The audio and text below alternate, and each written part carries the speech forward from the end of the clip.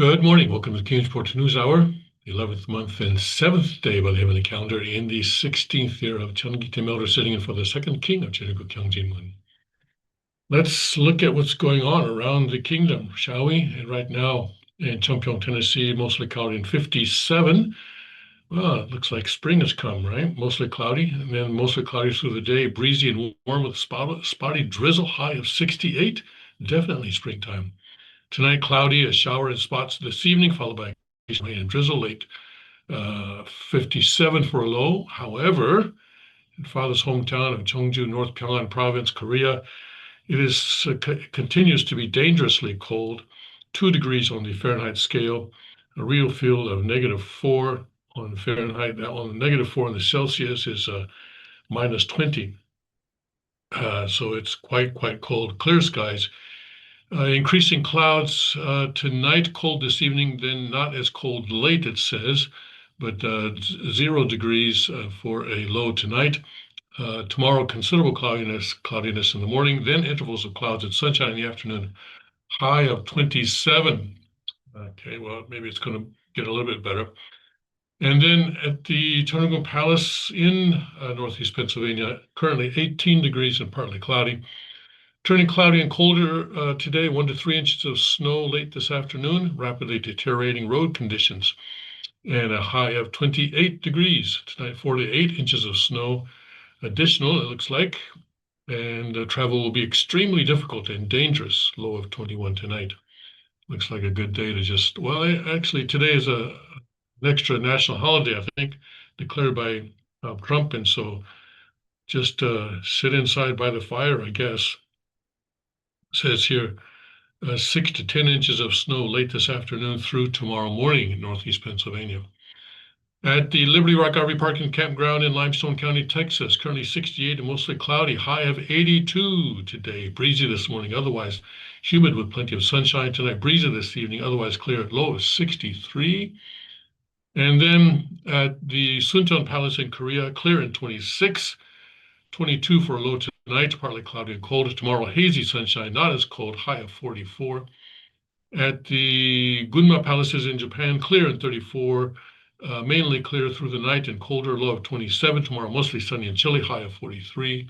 Gwangju, Guangdong Province, 56 and cloudy right now, partly cloudy through the night, 52 degrees for a low. Tomorrow, sunny and warmer, high of 70 degrees. Okay. Yeah, let's go to Father's Word. What happened here? Okay. I touched something that looks like, all right. I'm in the book on true love. That's a nice place to be. Chapter 1, what is true love? Section 3, when true love is the intermediary, when true love intermediates, harmony is produced. That's the title for subsection 3, or section 3, I guess, just chapter 1, section 3.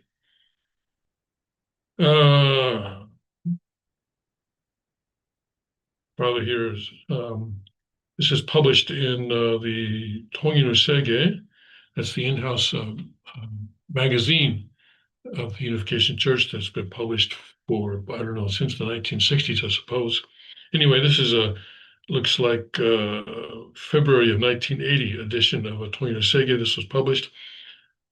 Love is nice to think about, and it's nice to look at, and it's also nice to taste. That is love. Mhm. Let's do one more. January 1st, 1992. So it looks like God's Day message in 1992. Love is when East and West come together and South and North come together. They don't say North and South in Korean, they say South and North. And after that, heaven and earth come together.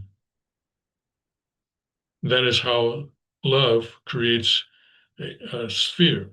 Love creates a spherical shape. All right, praise God. Yes, nice to think about love today, right? The day after Christmas. And as I mentioned, I think today is an extra national holiday in the United States. And I guess what is it in Britain? What is it? They call it Boxing Day? Boxing Day? Maybe not that kind of boxing, I don't know. But anyway, uh, it's nice. It's the Friday after Christmas was on the Thursday, so even if it weren't a national holiday, I suppose many people would take it off anyway. All right, so let's see what's going on today. Let's look at this story here. Uh, Interestingly, this is in The Hill, which normally does not publish conservative or religious material, but looks like they're making an exception here right now. So let's, okay. So his opinion, America must see China's war on religion for what it is. Expanded somewhat. The United States and China are locked in a fierce competition over trade, technology, assist. Oh no, did I lose my camera again? Come on now. Does it come back on? No, it doesn't. Did it come back on? No.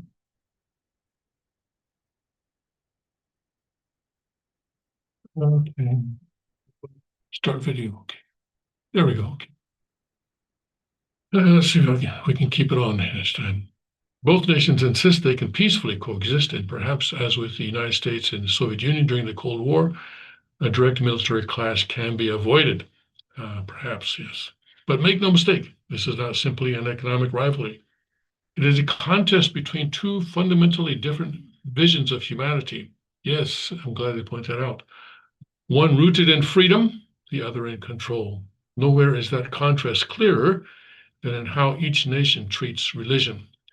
And they're not telling me this so much now, but in the early days of the Sanctuary Church, senior Korean members would come to me and tell me, Tam, if you're the World Mission Director, then you have to control the members.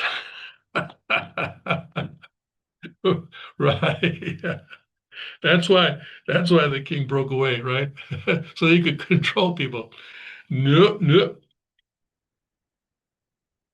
So it's not just between China and the US.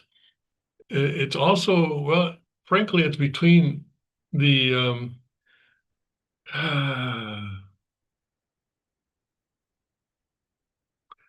being careful here not to be racist, but it's also between the people who have traditionally been influenced, heavily influenced by Confucianism, all right? Not naming any ethnic groups here, okay? But it's between people who have been heavily influenced by Confucianism and the idea that the government is the parent. The government is the parent, and that the citizens are children. And this is very, very, very deeply rooted, I tell you. And it's interesting because, recently I've been thinking that how on earth are these people? Oh, Tim, come on, be careful. These people. No, how on earth are many of these people? Okay, not being careful here. How are the how are they going to get an idea of what it is really like to have a freedom and responsibility? Anyway, so anyway, God has sent me here perhaps to help people to understand this. But anyway, yes. So and this is how communism is able to flourish, and not just communism, but other forms of controlling ideologies are able to uh,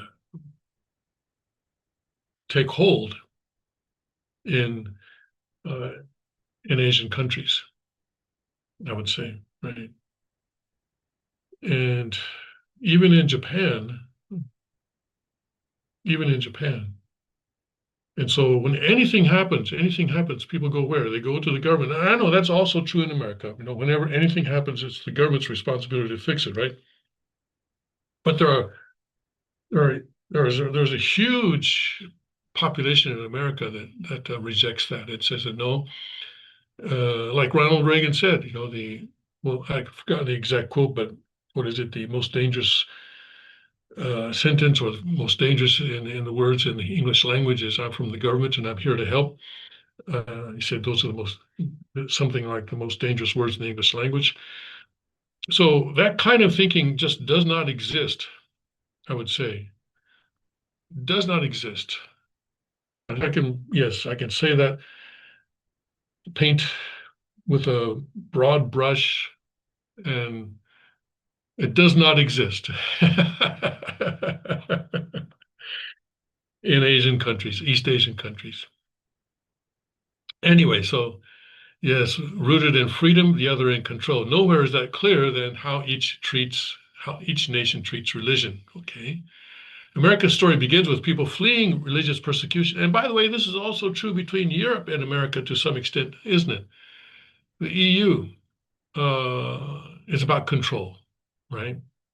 Yes, and I think it's important to remember that um America was started by people who rejected this kind of aristocratic control, rejected the idea that there should be a special class of people who are trained to manage the country, and everybody else, i.e., the merchants and the peasants and the artisans, should simply do what they are told and leave the task of governing up to the aristocrats, and that people are not capable of running themselves. And this is why there's been such a huge reaction against President Trump in 2016 when he won, of course, and then the huge effort to undermine him and the effort to take the law into their own hands in order to prevent him from being reelected in 2020.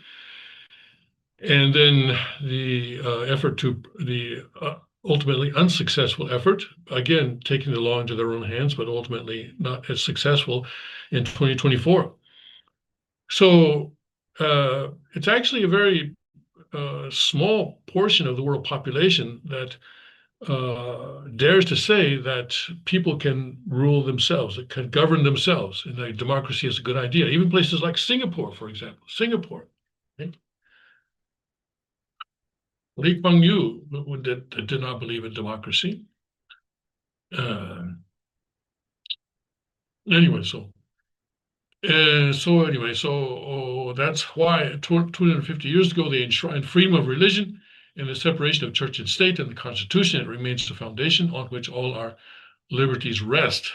It's interesting because this idea of separation of church and state is in the media in Korea these days, because um, in Hak Ja-han's case, she is, and there's a whole lot of evidence coming out, a whole lot of documents coming out, of confidential meetings and so forth.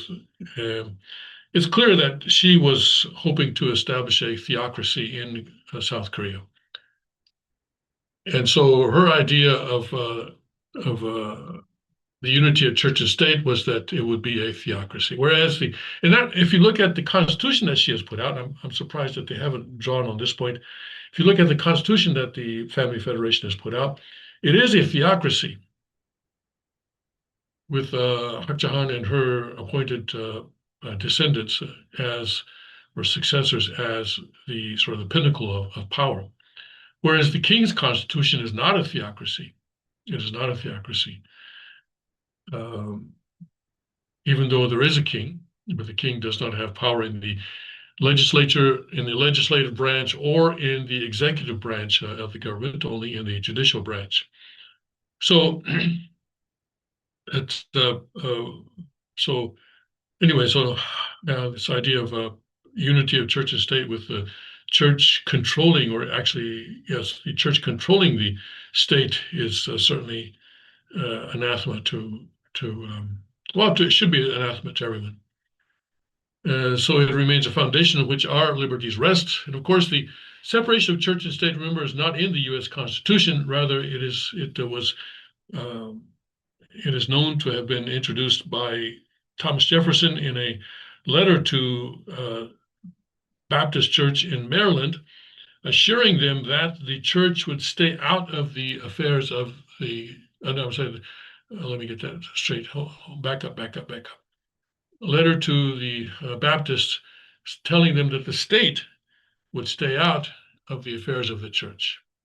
So even Thomas Jefferson did not try to say that church should not interfere in politics, or that religion should be excluded from the from public discourse. He was saying, don't worry, Baptists, we're not going to, the state is not going to interfere in your affairs. That's what he was saying, telling them. So anyway, that's church and state. China's story could not be more different. 75 years ago, the Chinese Communist Party established the People's Republic of China in the image of the Soviet Union, an atheistic state that viewed religion as a threat. Yes. And Marxism does view religion as a threat because people have loyalties outside the Communist Party, which they cannot abide by. While China's model has adapted far beyond the Soviet model, the old Soviet model, the party's obsession with control has not changed, and the result is an ongoing tragedy. In October, Chinese authorities arrested more than 30 pastors and parishioners from the Zion Church network simply for attending a Christian church. Most churches in China must operate underground, hiding from authorities to avoid harassment, imprisonment, or worse, even owning a Bible can invite punishment. Tibetan Buddhists, Muslim Uyghurs, and other religious practitioners suffer the same fate, imprisoned by the thousands merely because their faith points to a power higher than the Communist Party. The CCP's persecution doesn't stop at its borders, it reaches across the globe, targeting exiled believers and their families abroad. Even those in America and elsewhere who speak out against repression often face intimidation, surveillance, or threats to their loved ones back home. This transnational repression aims to silence criticism everywhere, even here in the United States. Whether inside the PRC or outside, the stories are harrowing. Families torn apart, holy sites destroyed, believers jailed for praying. Yet amid the darkness, their resilience shines. From underground Christian house churches to Tibetan monasteries and Uyghur mosques, faith persists despite the CCP's efforts to erase it. And let me interject here that I have it on good authority that there are 4 blessed central families that are in jail right now in China, jailed because of their faith in True Father's words, True Father's teachings. So please keep them in your prayers. The struggle matters to all of us. More than 70% of Americans identify with a religion. If the world's most powerful country ignores the CCP's war on faith, it risks normalizing oppression and eroding the very freedoms we hold dear. Freedom of religion is not just an American ideal, it is a universal one. When a regime that governs nearly 20% of humanity seeks to stamp it out, it weakens freedom everywhere. The U.S. and its allies must lead, not only by calling out these abuses, but by standing with those who suffer for their beliefs. Religious leaders should speak out. Journalists should report on these abuses. Government officials should ensure that human rights remain central to China policy, not China's policy, but America and other countries' China policy. And all citizens, people of all faiths, and none should refuse to look away. In defending the right to believe, we defend the very idea of freedom itself. Okay. So let's look at this here. China's Christians face a hard Christmas. Daughter of jailed Chinese church leader pastors shares sorrow and resilience amid Beijing's ongoing suppression of faith. But I do want to point out here that in the struggle between state and religion, religion always wins. I mean, always, right? The Roman Empire tried for 300 years to stamp out Christianity. But today, Christianity is still around. Roman Empire is not. And also the Japanese Edo government tried for 250 years to stamp out Christianity. The Edo government, the Edo shogunate in Japan is no longer there. Christianity is there. And Christianity has come up against these secular powers again and again and again. and it has always, always, always won. But in the process, there's a lot of sacrifice, unfortunately. Let's bring this up here. Okay. This is Grace Jean Drexel, daughter of founding pastor Ezra Jean of Zion Church in China, after testifying before the Congressional Executive Commission on China on Capitol Hill in Washington, D.C., November 20th, 2025. Okay. No letters, no phone calls, no in-person visits. This was published yesterday on Christmas Day. The past 2.5 months have been difficult for the Jin family ever since Chinese authorities jailed Pastor Ezra Jean Mingri after raiding one of China's largest underground churches, which he leads. On Christmas Eve, Grace Jean Drexel's eyes reddened as she read a public letter to her detained father, hoping the message could somehow get to him and bring him comfort from the United States. The pastor who founded Zion Church in Beijing in 2007 wound up in a cell with more than 30 people sleeping on mats spread on the floor, Jean Drexel said. She described a cell with no glass panels where wind and rain flow in during the harsh winter season. When her grandmother tried to send in clothes, blankets, and his medication, guards turned her away, Jean Drexel said. It is extremely sad to think that my dad would not be able to celebrate Christmas with us and probably not even celebrate at all, Jean Drexel, a U.S. citizen, told the Epoch Times. He'll be in the detention center, still having to memorize the Xi Jinping thought. This Christmas looks especially bleak for China's Christians who have been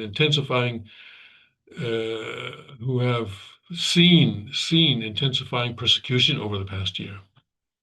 Jean Drexel's father is one of 18 Zion Church members who remained in detention after the Chinese regime's sweeping clampdown in October, which spanned 7 provinces and municipalities, but roundups have continued since then.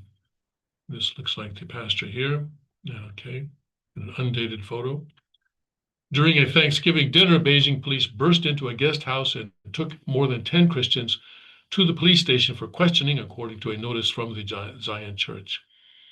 In mid-December, more than 1,000 police swarmed to a small town called Yayang in eastern China's Zhejiang province to target a local church, interrogating hundreds and issuing wanted notices against 2 church leaders, human rights group China Aid said. Months before that, members from Golden Lampstand Church in northern China received years-long sentences, with the longest reaching 15 years, according to China Aid. Christians in China today are facing the worst persecution since the end of the Cultural Revolution, the organization's founder, Bob Fu, told the Epoch Times. A nuclear-powered regime like China would start rounding up Christians and other peaceful, independent faith believers. I think that shows their fear of independent faith, that they just want to launch a war against God. They do, and usually it's God that wins. In fact, it's always God that wins. Yeah. China Aid documented that fireworks of unusual scale lit up the local government square amid the Yangyang operation. It was a disturbing sign, Fu said, as there was no traditional festival nor other official reason calling for the celebration. What kind of morally bankrupt regime would do this by celebrating the arrest and crackdown of peaceful, harmless Christians on the eve of Christmas, he said. And here is this president of China Aid testifying before the U.S. Congress, November 20, 2025. There are around 70 million Christians in China. That's quite amazing. You know, that people, despite this kind of crackdown, refuse to bow. According to the U.S. government estimates, the Chinese regime officially recognizes 5 religions: Buddhism, Catholicism, Islam, Protestantism, and Taoism, and regulates them through state-controlled organizations to enforce party allegiance. Those who wish to worship freely have little choice but to join underground churches, leading to a proliferation of networks like Zion. Starting from 20 people in 2007, Zion spread to more than 40 cities with around 100 branches, according to Fu. Such online worship services are also facing curbs. New Chinese rules issued in September banned clergy from using live streams short videos, online meetings, or friend circles on Chinese social media, WeChat, nor can they participate in online religious activities unless they take place on platforms operating with express state approval. David Lin, U.S. citizen and pastor, was arrested during a missionary trip to China in 2006. He spent 18 years in China's Chinese jail until regaining his freedom in September 2024 through a prisoner swap. They had limited ability to express their faith in prison. During Christmas time and the early years, Lin told the Epoch Times, there were cakes and fruits to signify the occasion, and he could preach, including to secular prisoners. That changed later on. The prison guards regularly searched the cells and confiscated belongings they believed shouldn't be in the prisoner's possession. 3 times they seized his Bible, but he got it back by insisting that he couldn't live without it, he said. He couldn't pray audibly or sing hymns, so he did it silently each night before sleep. For lack of nourishment in prison, Lin, about 5'7", weighed less than 110 pounds when he got out. He said he credited faith for sustaining him through each day. Jen Drexel was thankful that her father recently got a Bible, which he said was a Christmas miracle. In past years, the family went to church together and held calls with Jen as they and their neighbors joined for a big dinner. It hasn't happened this year, but Jen Drexel and her siblings take comfort in knowing that their father has his spiritual guide by his side. In other words, the Bible. We're really proud of what he's doing and proud of being his children, she said, adding that he had shown her how to suffer, even in this time, with such love and patience and joy.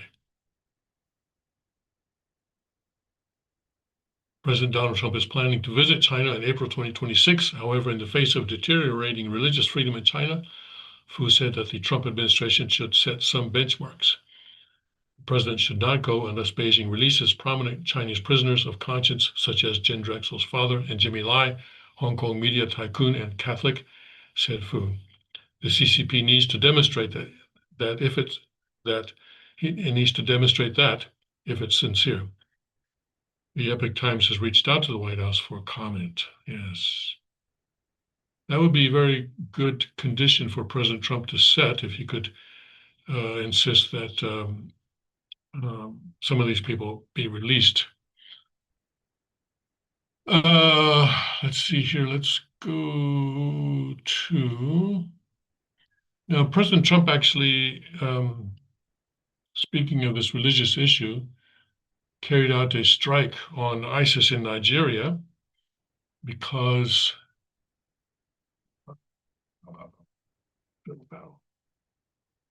of the persecution against Christians in Nigeria, specifically the killing of Christians.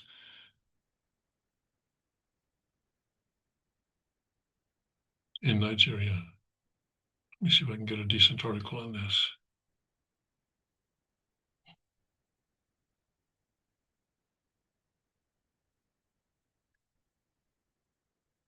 Yeah, let's take a look at ABC, I guess.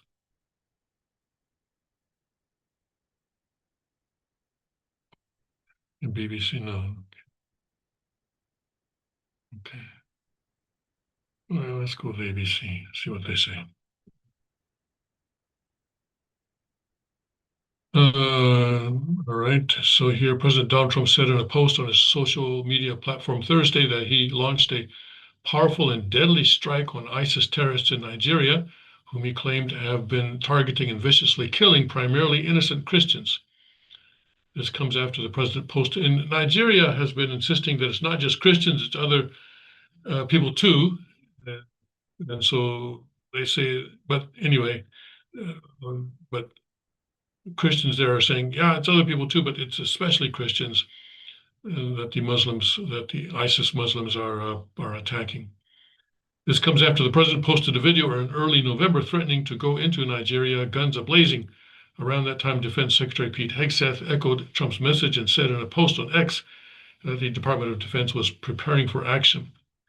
I have previously warned these terrorists that if they do not stop the slaughtering of Christians, there would be hell to pay, and tonight there was. The Department of War executed numerous perfect strikes, as only the United States is capable of doing, Trump added in a post. and so forth. And apparently, according to these headlines here,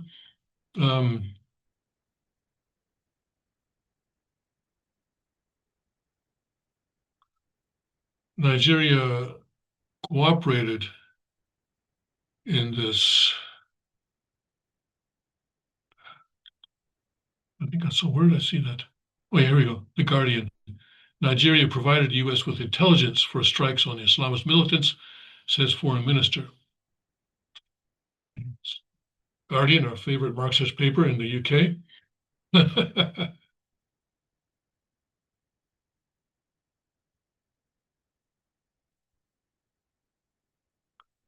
And it looks like the Nigeria foreign minister also is saying that strikes against a group accused by Donald Trump of attacking Christian communities will be an ongoing process. So apparently, Nigeria has no problem with what Trump is doing. Okay, what is this? Zelensky all of a sudden? Okay.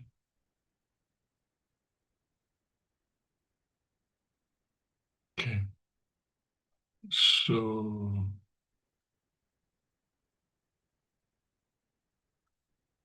Nigeria provided the U.S. with intelligence on jihadists before the strikes that took place in the country on Christmas Day, its foreign ministry said on Friday. On Thursday, the U.S. President Donald Trump said the U.S. military had carried out strikes against Islamic State militants in northwest Nigeria after spending weeks decrying the group for targeting Christians. In a post on his Truth Social platform, the president said tonight, at my direction as commander in chief, the United States launched a powerful and deadly strike against ISIS terrorist scum in northwest Nigeria, who have been targeting and viciously killing primarily innocent Christians at levels not seen for many years and even centuries. I have previously warned these terrorists that if they did not stop the slaughtering of Christians, there would be hell to pay, and tonight there was. The Department of War executed numerous perfect strikes, as only the United States is capable of doing. Now, Nigerian Foreign Minister Yusuf Tugar has told broadcaster Channels TV that he was on the phone with the U.S. Secretary of State Marco Rubio and that Nigeria provided the intelligence. We spoke twice. We spoke for 19 minutes before the strike, and then we spoke again for another 5 minutes before it went on, Tugar said. He added that they spoke extensively and that President Bola Tinubu gave the go-ahead to launch the strikes. Tugar said the strikes would be an ongoing process that would also involve other countries. He gave no further details. Trump has previously said he would launch a guns-a-blazing U.S. military intervention in Nigeria, claiming that the country's government has been inadequate in its effort to prevent attacks on Christians by Islamic groups. Interesting that they timed this to happen on Christmas Day. But that's what they did. Okay. All right. Let's see here.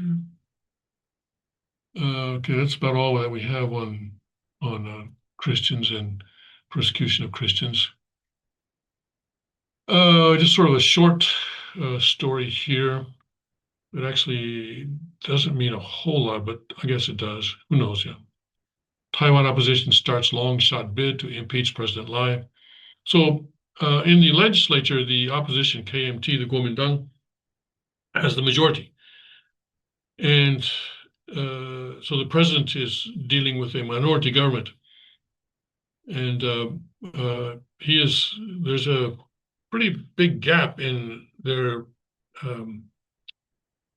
opinions on how relations with Beijing should be managed. Remember, Kuomintang is the one that, this was Chiang Kai-shek's party. The Kuomintang was Chiang Kai-shek's party. The Kuomintang was the one that fought the civil war against the Communist Party.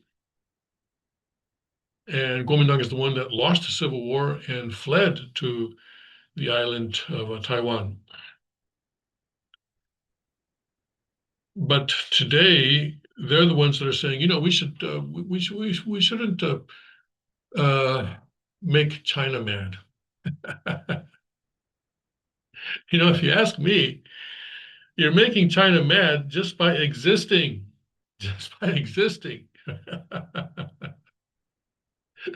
because Taiwan is a perfect example of how democracy can work in the Chinese context. And actually in the Taiwan legislature, they have actually, they have physical violence. I don't know if you've seen these videos, but the members of the legislature, the Taiwan legislature, they sometimes, it seems like, I don't know, 2 or 3 times a year, they actually, come to blows with each other. But then they cool off, I guess, and then they sort of. And so earlier this year, uh, the president's party tried to have a recall election for a number of KMT legislators, presumably so that he could have a majority in the legislature. But those recall efforts all failed. So their local constituencies supported those KMT legislators. So now it's only natural, I guess, given the way things work in politics, that the KMT would now come after the president and say, okay, since you tried to uh, uh, establish a majority by unseating some of our legislators, guess what? Now we're going to come after you, and we're going to file impeachment against you. But as this article here in the Straits Times of Singapore points out, the opposition party needs a 2/3 majority vote in order to impeach. And today they passed a motion, simple majority, passed the motions to start the impeachment process. But the Straits Times points out that it's not going to happen. So anyway, it's politicians basically playing the game of politics, I guess you could say. But that sort of tension continues to go on in Taiwan. Okay. Let's see now. Let's go back to what's happening in China. This is also Epoch Times. Yeah, okay. The Pentagon has published or filed a report on the Chinese military.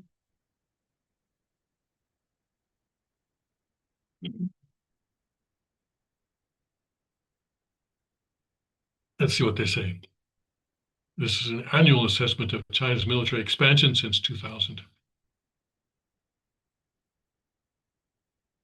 The Pentagon published on Tuesday its annual report to Congress on the trajectory of China's military buildup. Since 2000, the Pentagon has provided yearly updates to lawmakers assessing various aspects of China's forces and how they may be employed in future conflict scenarios. These annual reports have tracked the growth of Communist China's Navy and nuclear forces, its posture toward Taiwan, and more recent advances in space and information technology. At 100 pages, this year's report reiterated assessments that China is preparing to assert control over Taiwan through military force as early as 2027.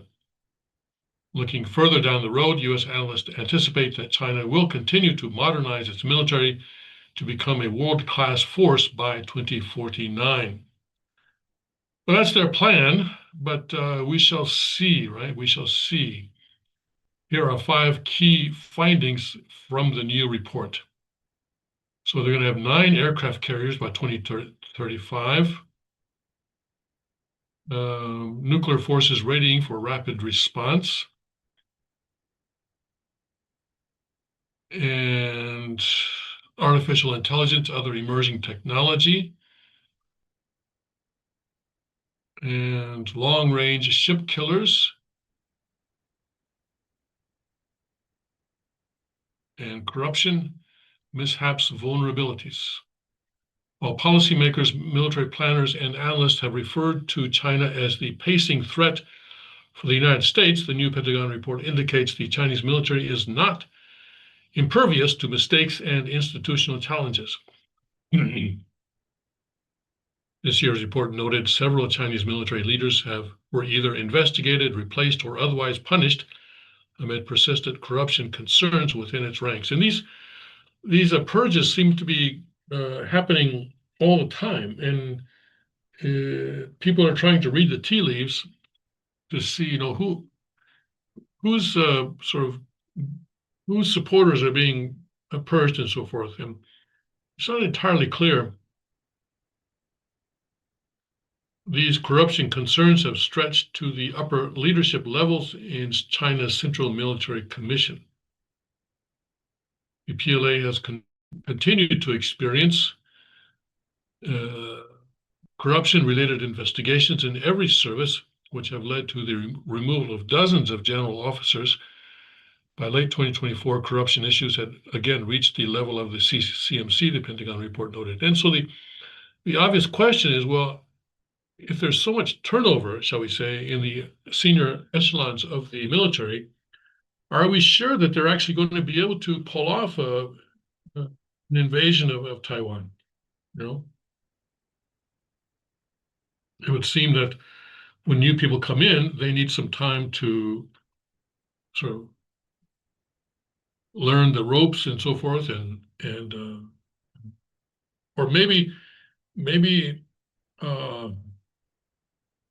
new people have already been there for some time and they already know the ropes, and that's why their seniors are being purged. I don't know how that works, but it is a question that I think we need to ask. Pentagon analysts reported that corruption within China's military procurement components has contributed to failures in new weapons and equipment, such as malfunctioning lids on Chinese missile silos. Pentagon analysts said corruption may have also played a role in equipment flaws that led to the 2024 pure side sinking of China's first Zhao-class submarine. Right. The report also stated that China's political leadership appears willing to purge military leaders it deems to be disloyal, regardless of the disruption it may cause to Chinese military forces. And this is because in Marxist-Leninism, purity of ideology is foremost. You have to be ideologically pure. And a person's sort of skill set is secondary. Okay, that's the end of that story. Okay. So yeah, well, looks like 2026 we're still safe, but we need to watch out for what's coming. Looks like in 2027. Okay, China expels 4 defense executives as anti-corruption purge continues, right? Expels, what do you mean expel?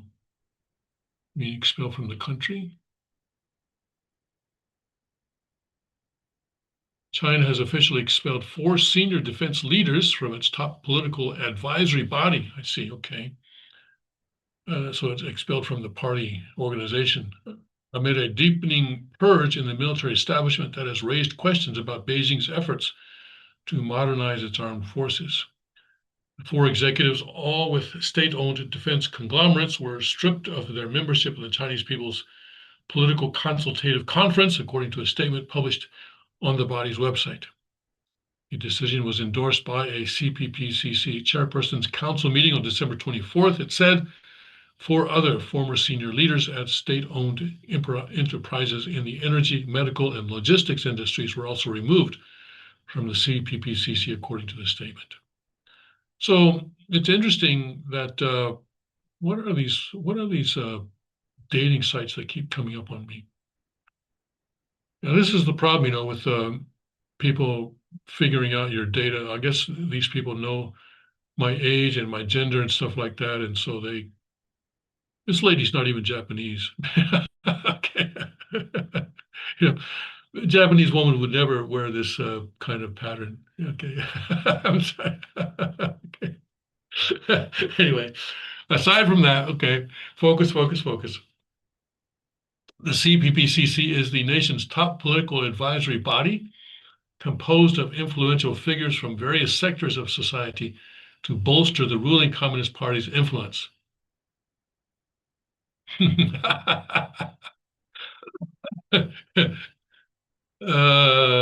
Composed of influential figures from various sectors of society to bolster the that. Well, I don't know what to. I don't even know what to say about that sentence.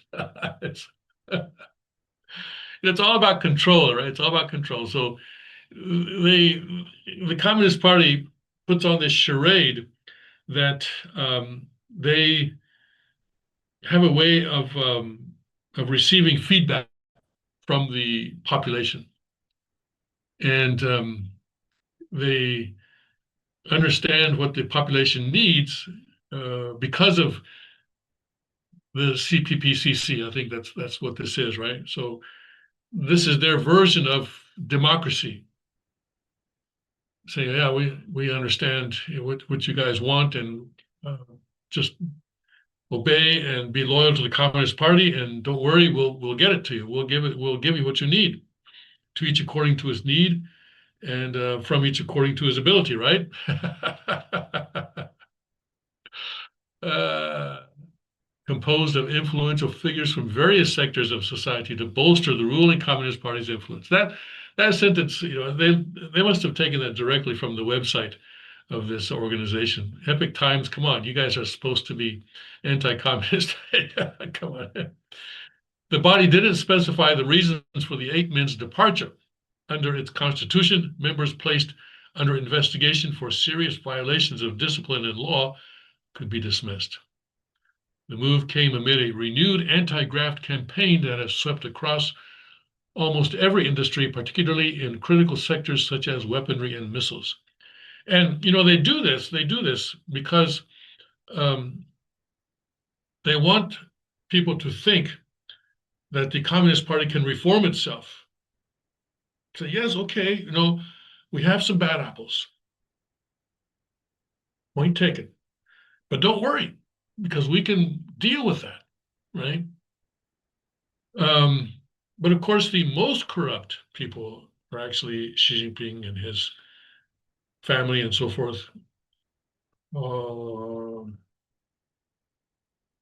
Yeah, I think in the recent NDAA, I think I saw this, the recent National Defense Authorization Act of the United States, there is a provision that was put in there to figure out just how much money, how many assets or wealth Xi Jinping and his people have accumulated. I think that was in there, NDAA, Xi Jinping, how do you spell PID, wealth. I think it's in there, isn't it? Right. Here it is.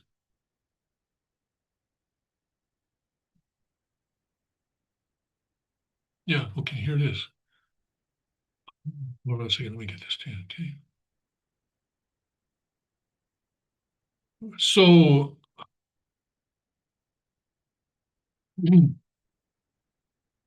right, China's political elite thrust into spotlight as U.S. law mandates intelligence report. This is published a week ago. Okay. And this is interesting. And some people are saying that this is going to be a serious blow to the Communist Party, but we'll see. A newly updated U.S. National Defense Authorization Act has drawn sharp reactions from Beijing after provisions calling for the public disclosure of Chinese Communist Party leadership wealth were reported to be included.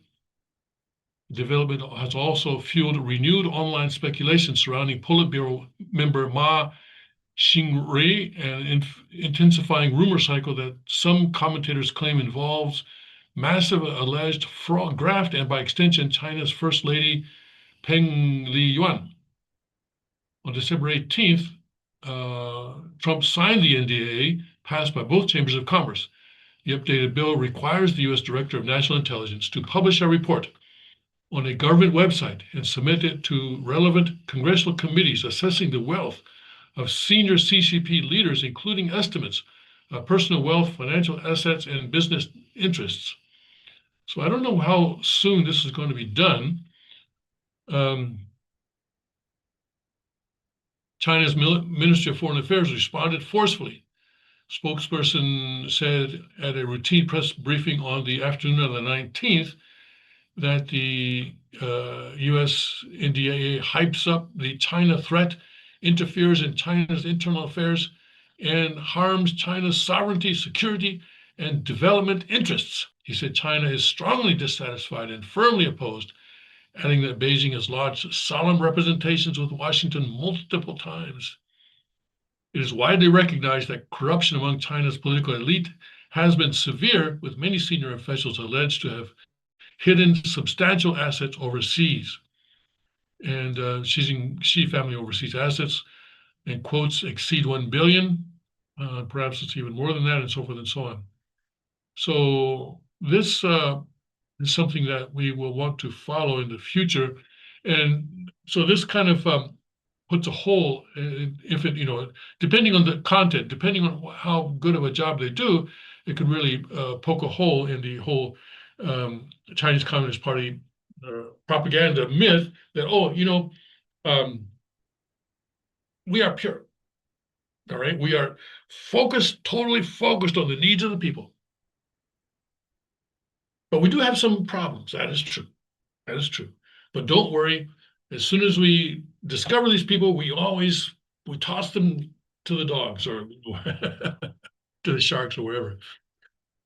But if Xi Jinping can be shown, to have to be corrupt, then I think, well, some people think that the situation may change if that information gets back to China, to the Chinese people.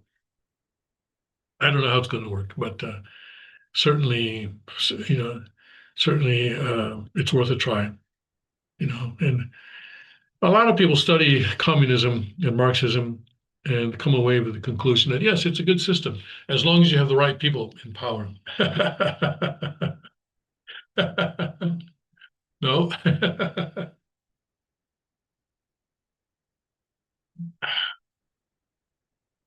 No, it doesn't work that way, does it? Because, well, you cannot deny God and have human rights. Human rights are based on the idea that we are all equal in the eyes of God, and that we all have value in the eyes of God. Our value is not um, predicated on our loyalty to a certain political party or to any other organization. Our value is predicated on the fact that we were created by God. And our freedom as well. Our freedom does not come from any government or any political party. Our freedoms come from God. Our freedoms are innate. They are inalienable. Inalienable means that we cannot give them up even if we wanted to. And sometimes when I'm speaking to a group of Japanese, I will ask them, "Do you have Second Amendment rights?" And they will say, "No, we don't." But I say, "Yes, you do. You do have Second Amendment rights because those rights come to you from God. And God doesn't just love Americans, He loves everybody in the world. But your government is preventing you, your system of laws is preventing you from exercising your inalienable right to have the tools of self-defense." And I think it's important for people to come to that kind of thinking, that the government is not the parent. Okay. uh, and this is even in OSDP. There were a couple of slides where um, this idea of the president being in the position of the parent was included in the slide. And I spoke with Reverend Yu about this. But he comes from an older generation, shall we say. I hope that younger generations of Koreans and Japanese can see through this. But basically, my argument to him is that, well,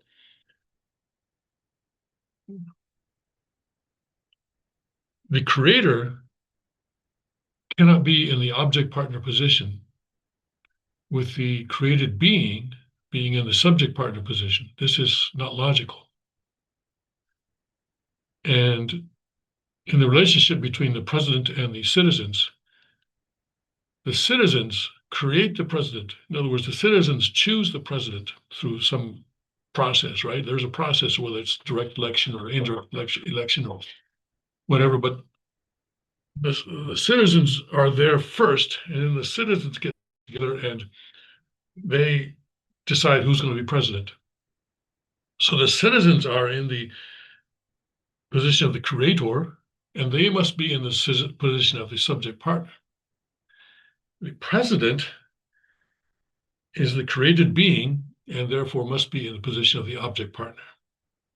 That's my argument. To me, it sounds like a pretty good argument. I don't know about you. Now. If we change president to king, then the matter is different. Because in Cheonryuk, the king is not chosen by the people. The king is appointed by God.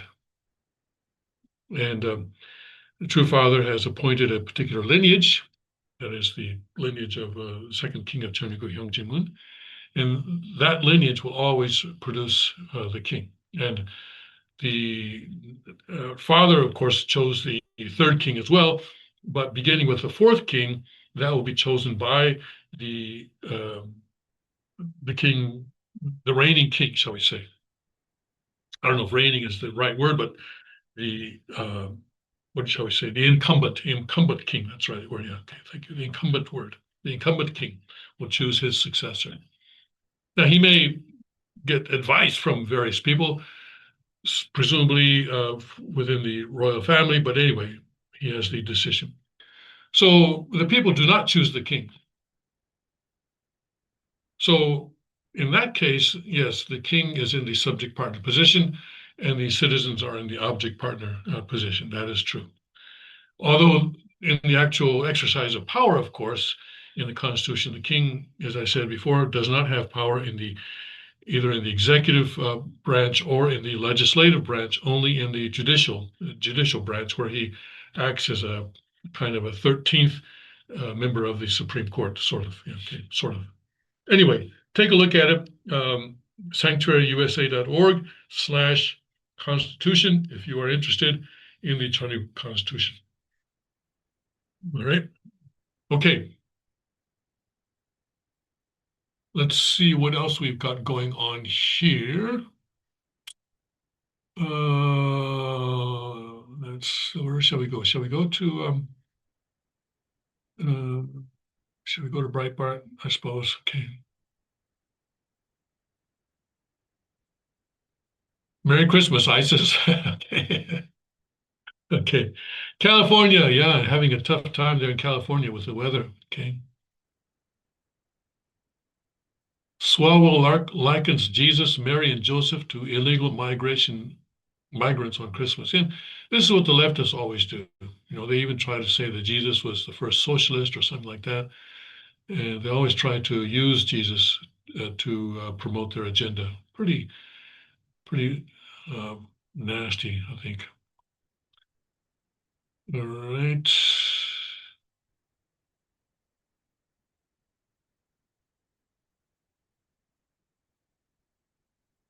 Freedom 250 to launch America's semi-quinticentennial celebrations. In other words, 250 years. That's a very long word that means 250 years. New Year's Eve illumination of Washington Monument. Please don't go to where there are large crowds on New Year's Eve. Please don't do that. Right.